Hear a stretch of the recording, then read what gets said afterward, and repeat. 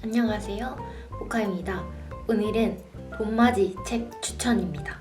제가 시즌별로 그 계절에 맞는 책을 좀 소개해드리고 싶어서 또 약간 4월, 5월 요때 봄이니까 로맨스가 있는 류의 소설을 추천해드릴까 하다가 봄을 생각하면서 가장 먼저 떠오른 책이 있는데 그건 마지막에 소개해드리고 이 책부터 먼저 소개시켜드릴게요. 안녕 시모키타자와라는 요시모토 바나나 작가님의 작품입니다. 제가 요시모토 바나나 작품을 굉장히 많이 읽었고 좋아하는 편인데요. 항상 상실에 대한 이야기를 많이 다루세요. 항상 주인공이 뭔가 소중한 누군가를 잃어서 그 뭔가 상실의 아픔을 극복하는, 표면적으로 엄청 강력한 사건이 일어나는 건 아니지만 그래도 뭔가 나름대로 주인공 나름대로 하루하루 슬퍼하기도 하고 공허해하기도 하고 가끔은 웃기도 하고 그렇게 하루하루를 지내가는 모습을, 상실 이후의 모습을 좀 다룬 책들이 많다고나 할까요?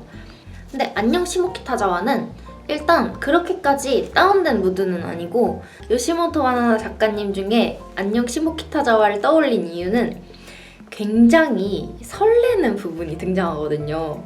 약간 제 생각에는 이거 강력하다 싶을 정도의 설렘이었는데 전체적인 줄거리를 좀 말씀을 드리자면, 요시에라는 여자가 있는데 그 여자가 이제 아빠를 사고로 잃게 돼요. 그 사고는 이제 아빠가 불륜녀와 동반 자살을 한 것인데요.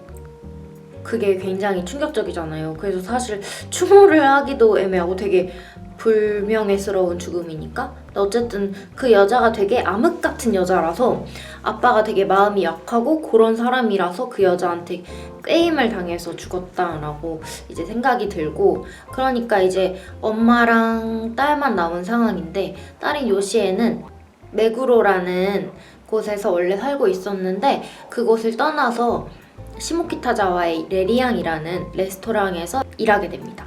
그래서 시모키타자와에서 아주 작은 방을 구해서 일을 하게 돼요. 근데 이제 엄마가 그 메구로의 큰 집에 혼자 있기 싫다고 자꾸 아빠 귀신이 보인다면서 시모키타자와의 그 작은 집으로 딸네 집에 오게 됩니다. 근데 딸네 집에 얹혀 살게 된 거잖아요. 근데 엄마가 그냥 나 너네 엄마 아니고 그냥 친구로 생각해줘 이렇게 얘기를 해요. 진짜로. 그리고 집에 와서 왜 엄마가 하는 잔소리들 있잖아요. 그런 걸 하나도 안 하고 진짜 딸한테 관심이 없어. 그냥 진짜 친구로서의 관심만 있어요. 되게 담백한 관계가 되는데, 그러면서 엄마도 이제 얼마나 상심이 크겠어요. 어쨌든 자기 남편이 불륜녀랑 자살을 했어. 그게 얼마나 뭔가 그 남편의 빈자리도 이제 충격이고 불륜 사실 자체도 충격이고, 그래서 어머니도 이제 회복의 시간을 갖게 됩니다. 그러면서 엄마가 자기의 일상을 이제 보내게 되는데, 원래는 엄마가 되게 메구로라는 부자 동네에 되게 전형적인 전업주부로 분해 나는 그런 사람이었단 말이죠. 항상 정돈된 모습만을 하고. 근데 그런 엄마가 시모키타자와로 오면서 풀어진 모습으로 다니게 된 거예요. 원래는 되게 단정한 주부 차림으로 다니던, 정말 꼭 스타킹을 신던 사람이 맨발로 슬리퍼 끌고 다니고 티셔츠 입고 다니고 이렇게 편안하게 바뀌게 된 거죠. 그러시면서 이제 하루 종일 자기만의 시간을 보내게 돼요. 엄마가 막 카페도 가고 좋아하는 옷가게 구경도 하고 책도 읽고 이렇게. 근데 그 모습이 저는 오히려 이 책에서 되게 그 설레는 포인트만 인상 깊다고 생각했는데, 맞다, 여기도 좋았었지 싶더라고요. 어떤 부분인지 제가 잠깐 읽어드릴게요. 엄마가 얘기하는 건데요. 하루 시간의 흐름이 저녁 때가 되기 전에 갑자기 길어졌다가 해가 저물면 또 갑자기 빨라지잖니. 그 감각을 요즘 겨우 되찾았어. 이제는 매일 느낄 수 있어. 시간이 점점 늘어나 찹쌀떡처럼 쭉 늘어졌다가 확 빨라지는 경계를 알겠어. 그게 얼마나 재밌는지 날마다 되풀이되는데도 실증나지 않아. 어렸을 때는 집 안에 있어도 느낄 수 있었는데 까맣게 잊고 있었어. 지금 그런 시기야. 오랜만에 아무 생각도 하지 않고 그 전부를 천천히 보고 싶어. 그 집에 있으면 혼자서도 평소에 하던 대로 아빠가 있는 생활을 할 것 같아서 유령이랑 함께 사는 것처럼 신발을 가지런히 놓아두고 청소를 하고 밥을 지어 남으면 냉동하고 그러다 한 달이 지나면 냉동한 걸 다시 처리하고 기계 같은 기분. 물론 그쪽에서 잘 아는 장볼 가게가 있고 친구도 있지만 그 사람들은 그럭저럭 유명한 가수들 뒤에서 키보드를 연주하는 남자와 결혼해서 딸을 하나 둔 그런 엄마를 아는 사람들이잖아. 하지만 이곳에서의 엄마는 그 어떤 사람도 아니야. 그저 초라한 중년 여자일 뿐. 그리고 여기는 그런 게 허용되는 곳이지. 하지만 늘 기분이 좋은 것은 아니야. 가끔은 내가 지금 뭘 하고 있는 건지 몰라서 머리를 쥐어뜯고 싶을 때도 있어. 뭐래도 마땅치 않고 짜증이 나고 다리가 무거워 움직일 수도 없고 모든 게 어떻게 되든 상관없다는 심정으로 종일 잠만 자는 날도 아직 많아. 그래도 그나마 기분이 좋은 날은 그걸 느낄 수 있어. 시간이 늘었다 줄었다 하는구나 하고 말이야. 하기야 이런 말을 할 수 있다는 것도 꽤 괜찮아졌다는 뜻이니까. 약간 요런 구절인데 봄이 물론 설레는 그 감정이 있는 계절도 맞지만 저는 사실 봄을 그렇게 좋아하진 않거든요. 왜냐면 겨울 동안 되게 꾹 이렇게 가만히만 있다가 봄이 이제 막 새싹도 트고 꽃도 피고 날도 좋아지고 밖에 나가야 될 것 같고 그런 기분을 느끼는 게 되게 우울했단 말이에요. 나는 아직 마음의 준비가 안 됐는데 봄은 이렇게 성큼성큼 다가오고 나무에 초록잎이 돋아나는 속도가 진짜 엄청 빠르더라고요. 진짜 그냥 하루하루 꽃이 피고 그러니까 되게 그 속도감을 따라갈 수 없는 그런 시기인 것 같아요. 근데 이제 이렇게 상실에 대한 이야기를 읽으면서 그냥 진짜 어떤 날은 되게 좋은 날도 있지만 어떤 날은 정말 이불 속에서 꼼짝 않고 싶은 날도 있고 이렇게 저렇게 더 점점 더 내 삶을 되찾아가는 거라고 생각한다면 되게 봄에 읽기 좋은 책이 아닌가 싶더라고요. 그리고 이 책에 정말 제가 원래 설레서 추천드리고 싶었던 부분 보여드리겠습니다.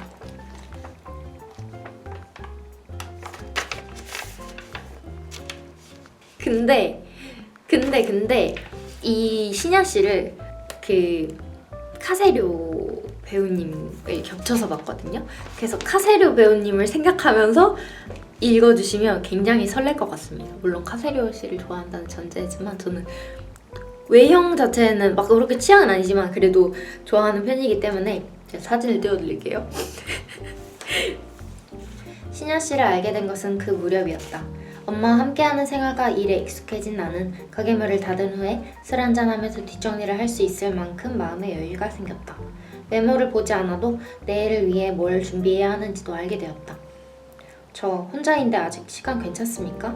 카운터 자리에 앉으면 될까요?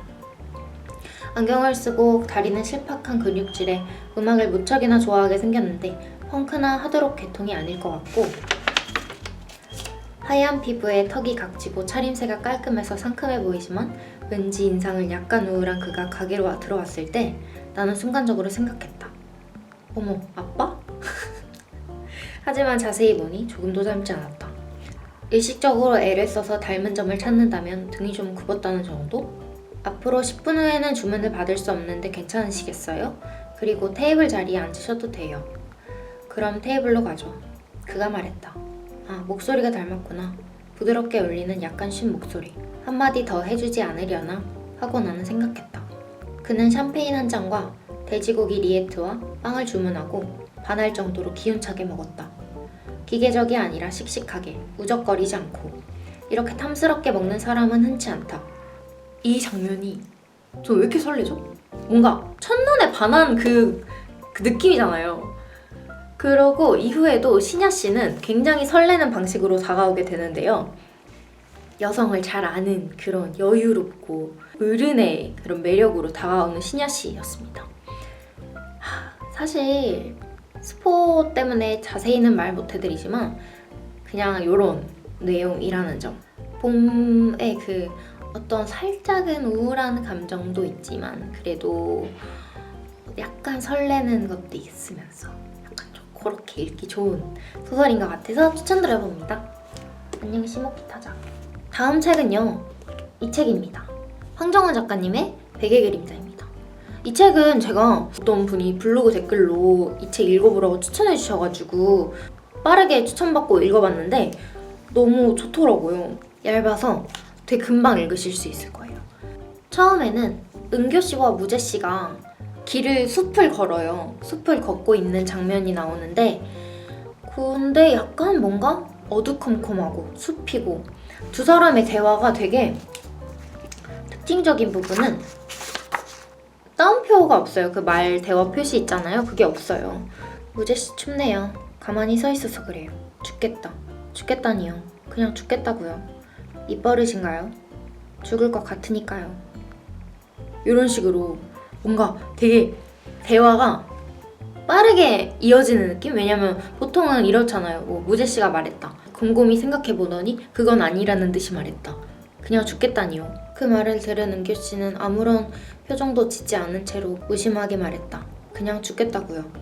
이런 식으로 이제 소설은 보통 이어지니까 그런 뭔가 대화가 바로바로 나온다기보다는 대화, 장면에 대한 조금 설명, 대화 이런 식으로 말이 이어지는데 요거는 이렇게 바로바로 이어지니까 대화의 흐름이 되게 핑퐁 핑퐁 이렇게 스르르륵 이어지는 느낌, 되게 스산한 느낌이 들어요. 그 처음에는 약간 뭐지? 분위기가 되게 신기하다. 그리고 정확히 무재씨와 은교씨가 왜 이 숲속에 있는지도 설명을 안 해주고 되게 불친절하게 시작이 되거든요. 그래서 분위기가 되게 처음에는 구해증명 같다고 생각했어요. 구해증명처럼 되게 불친절하게 시작을 하고 또 대화도 이렇게 이어지고 하니까 약간 분위기가 그런 분위기인가? 라고 생각을 했는데 읽다 보니까 굉장히 뭐지? 하고 설레는 부분이 있더라고요. 진짜 대박이에요. 처음에 이거 설레는 소설이었어? 라고 느꼈던 부분. 여기서 나가면 확인해 볼까요? 나갈 수 있을까요? 언제까지고 숲이 이어져 있는 것은 아니니까요. 나는 좋아하는 사람하고 알아보고 싶은데요. 좋아하면 되지요. 누구를요? 나를요. 아니 요 부분 너무 좋아하면 되지요. 누구를요? 나는요. 이 부분이 미쳤다고 생각합니다. 그래서 글쎄요. 제가 관리가 안 돼서 이 그대로 못 읽겠는데 글쎄요. 나는 좋아합니다. 누구를요? 은교씨를요. 농담하지 말아요. 아니요, 좋아해요. 은교씨를 좋아합니다. 라고. 너무 좋아했네. 제가 헤테로 진짜 좋아하거든요. 저는 로맨스 해친자라서. 근데 그런 거 치곤 전 연프는 안 보는데 이게 내 연프다. 약간 요런 간질간질한 부분들이 종종 나오고요. 어쨌든 둘이 썸을 타는데 이 책의 전체 내용이 그냥 은재와 무교의 썸 얘기라고 봐도 무방할 정도로 그렇게 진척이 빠른 편은 아니에요. 되게 몇 개월간의 느린 호흡으로 진행이 되고 그 와중에 은재와 무교는 이제 전자상가에서 일을 하는데 이게 재개발 지역이에요. 그들이 일하는 상가가 재개발이 될 위기에 처해 있고 되게 폭력적인 방식으로 무너져 나가는 그래서 그들의 삶의 터전이 무너져 내리는 그런 내용을 담고 있는데 그리고 이 백의 그림자라는 제목에서 왔는데 자연스럽게 어떠한 자꾸만 그림자가 일어서려고 한다. 그림자를 따라가면 안 된다. 뭐 이런 얘기가 일상적인 얘기처럼 나와요. 그냥 초콜릿을 먹었다. 이런 것처럼 일상적으로 그 사람 그림자가 일어서서 죽었대. 막 이런 식으로 이 세계관 안에서는 되게 자연스러운 일처럼 이렇게 나와요. 근데 이 그림자가 사람이 되게 힘들고 지칠 때 일어서게 되는 것 같아요. 우울감, 무력감 뭐 이렇게 느꼈는데 자세히는 모르겠고 뭔가 근데 그냥 책을 읽다 보면 자연스럽게 나도 이 그림자가 뭔지 알게 돼요. 누구나 이 그림자가 일어서는 순간이 있을 수 있다고 생각하고 소설이 어두운 듯 하면서도 되게 따뜻한 그런 느낌이 있어요. 은교와 무재가 둘 다 그림자가 일어날 위기가 있었지만 서로 이렇게 적당한 막 이렇게 꾹 가지 마요 막 이런 것도 아니고 그냥 당신이 옆에 있어준다면 좋을 것 같아요. 이 정도로 되게 다정하게 손을 잡아주는 느낌이어서 책의 전체적인 무드는 좀 어두울 순 있어도 그래도 따뜻하고 설레기도 하고 되게 다정한 얘기인 것 같아서 추천드려봅니다. 중간중간 진짜 설레는 부분 되게 많았어요. 무제 씨의 플러팅 정말 미쳐버립니다. 마지막 책입니다. 마지막 책은 제가 이북으로 소장하고 있기 때문에 이렇게 보여드릴게요. 지구에서 하나뿐입니다. 송세랑 작가님의 지구에서 하나뿐인데요. 이거 제가 진짜 좋아하는 책이고 앞서 소개시켜드렸던 책들도 진짜 뭐 쉽게 읽을 수 있는 책들이지만 지구에서 하나뿐은 진짜 책 안 좋아하시는 분들도 너무 재밌게 읽을 것 같아요. 이거는 줄거리부터 굉장히 흥미로운 줄거리인데요. 하나라는 주인공이 삽니다. 근데 역마살이 있는 남자친구가 있는데 그 경민이라고 10년 사귄 남자친구가? 되게 오래 사귄 남자친구가 있어요. 근데 걔가 하나한테 잘해주지도 않고 진짜 막 맨날 여행 다니고 연락도 안 되고 막 이래요. 근데 하나는 정말 지구를 사랑하는 그런 약간 정세란 작가님 책들이 거의 다 그런데 환경과 동물을 사랑하고 폭력을 싫어하는 그런 되게 무해한 하나라는 여성이 주인공인데 어느 날 갑자기 남자친구가 확 바뀐 거예요. 갑자기 엄청 하나한테 잘해주는 거예요.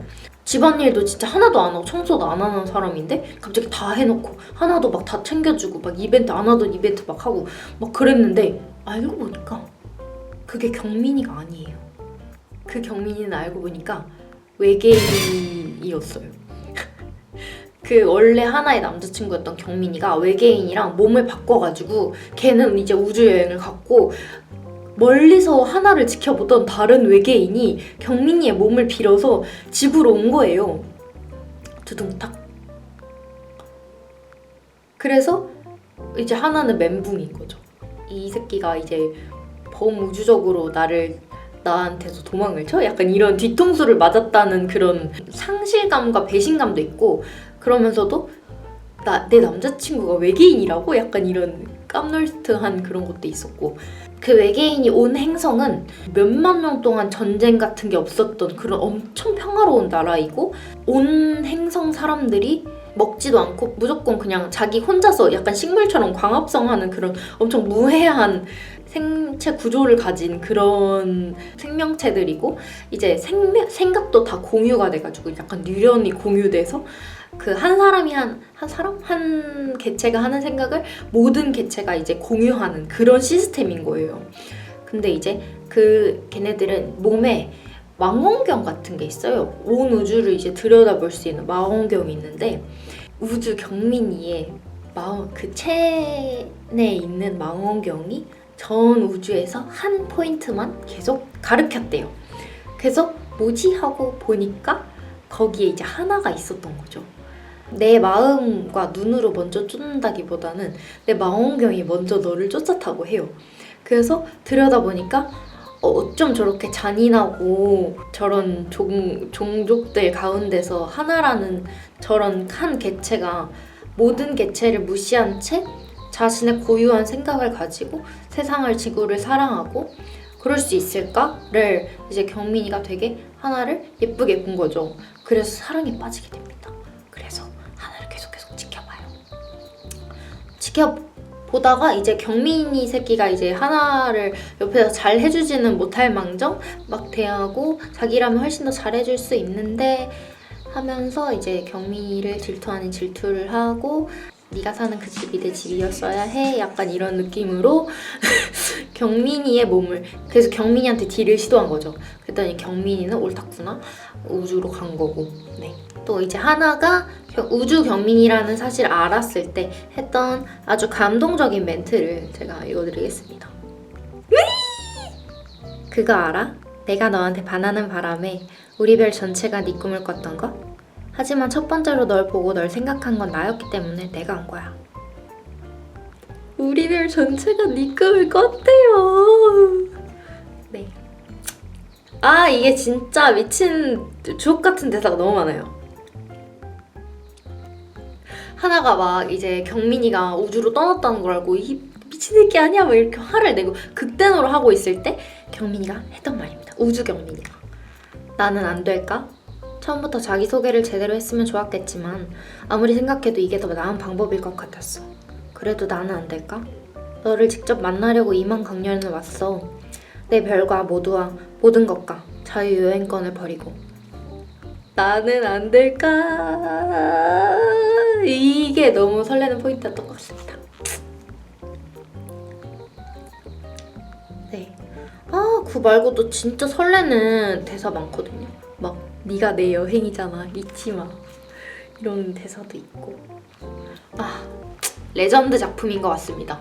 그리고 이거는 정말 후반까지 결말까지 완벽하기 때문에 꽁꽁 닫힌 결말을 좋아하시는 분들은 강추드립니다. 정말 속 터지는 부분이 하나도 없는 느낌? 정세랑 작가님이 아주